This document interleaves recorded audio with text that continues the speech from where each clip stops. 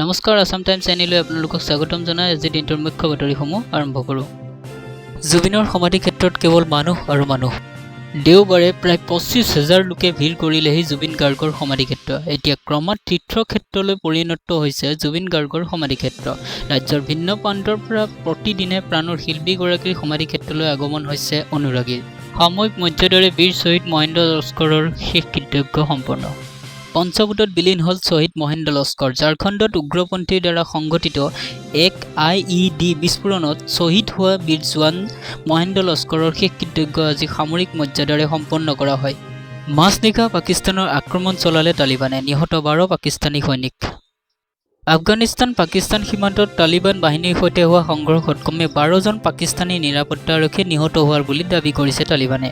তালিবানৰ সাংসদ মাধ্যমত টোলো নিউজত প্ৰকাশিত খবৰত বিলাসী হোটেল বুকিং কৰাতে থাকিল। লকআপতে জন্মদিন উদযাপন অমৃত প্ৰভাৰ। 31 বছৰীয়া জন্মদিনটো উলহ মালহেৰে উদযাপন কৰাৰ কথা ভাবিছিল অমৃত প্ৰভাই, কিন্তু ভবামতেই নহল। জুবিন মৃত্যুকাণ্ডৰ সৈতে নাম সামোৰ খোৱাৰ পিছতেই CIDৰ লকআপতেই এই জন্মদিন উদযাপন অমৃত প্ৰভাৰ।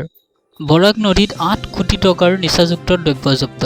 নিচাজাতীয় সামগ্ৰীৰ বিৰুদ্ধে কাছাৰ আৰক্ষীৰ অভিযান অব্যাহত আছে। এইবাৰ নদীপথত অভিযান চলাই কাছাৰ আৰক্ষীয়ে বুজন পৰিমাণৰ নিচাযুক্ত সামগ্ৰী জব্দ কৰিবলৈ সক্ষম হৈছে। শুৱালকুছি নদী আৰক্ষী বিষয়া সোণ শৰ্মাৰ বিৰুদ্ধে এজাহাৰ দাখিল। শুৱালকুছি নদী আৰক্ষী বিষয়া সোণ শৰ্মাৰ বিৰুদ্ধে এজাহাৰ দাখিল হাজোৰ এটি দুৰ্ভগীয়া পৰিয়ালৰ। পুনৰ খাকী পোছাকত কলংক আনিলে এগৰাকী আৰক্ষী বিষয়াই। চিলাপথাৰত জুবিন গাৰ্গৰ ৰাজহুৱা আদ্যশ্ৰাদ্ধ সম্পন্ন। জুবিনে ভাল পাইছিল নাহৰ, সেয়ে নাহৰ গছৰ পুলি ৰোপণ কৰি কাৰ্যসূচী শুভাৰম্ভ কৰিলে ৰাইজে। তাৰ পাছতে জুবিনৰ প্ৰতিচ্ছবিত জনালে গভীৰ শ্ৰদ্ধাঞ্জলি। CIDৰ কাৰ্যালয়ত প্ৰথমবাৰৰ বাবে উপস্থিত অৰুণ গাৰ্গ। আজি CID কাৰ্যালয়ত প্ৰথমবাৰৰ বাবে উপস্থিত হ'ল অৰুণ গাৰ্গ। CIDয়ে ভাষ্য গ্ৰহণ কৰিলে অৰুণ গাৰ্গৰ। সামাজিক মাধ্যম যোগে কাষ সকিয়নি জনপ্ৰিয় অভিনেতা ৰবি শৰ্মাৰ। জ্ঞাতেই হওক বা অজ্ঞাতেই হওক, জুইত হাত দিলে কিন্তু পুৰিব, জাষ্টিছ ফৰ জুবিন গাৰ্গ। এই ধৰণৰ মন্তব্য কৰিলে জনপ্ৰিয় অভিনেতা ৰবি শৰ্মাই। কাছাৰৰ কটিগড়াৰ মহাদেৱপুৰত ভয়ংকৰ ঘটনা।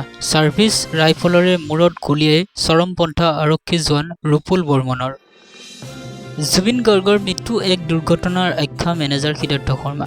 SITৰ জেৰাৰ সন্মুখীন হ'ব গায়িকা শতাব্দী বৰা। সিদ্ধাৰ্থ শতাব্দীক মুখামুখিকৈ জেৰা চলাব SITয়ে। সিদ্ধাৰ্থই জুবিন গাৰ্গৰ টকা আত্মসাৎ কৰাৰ অভিযোগ কৰিছিল শতাব্দীয়ে। আজিৰ বাতৰি ইমানতেই সামৰি ষ্টুডিঅ'ৰ পৰা মই বিদায় লৈছোঁ। ধন্যবাদ।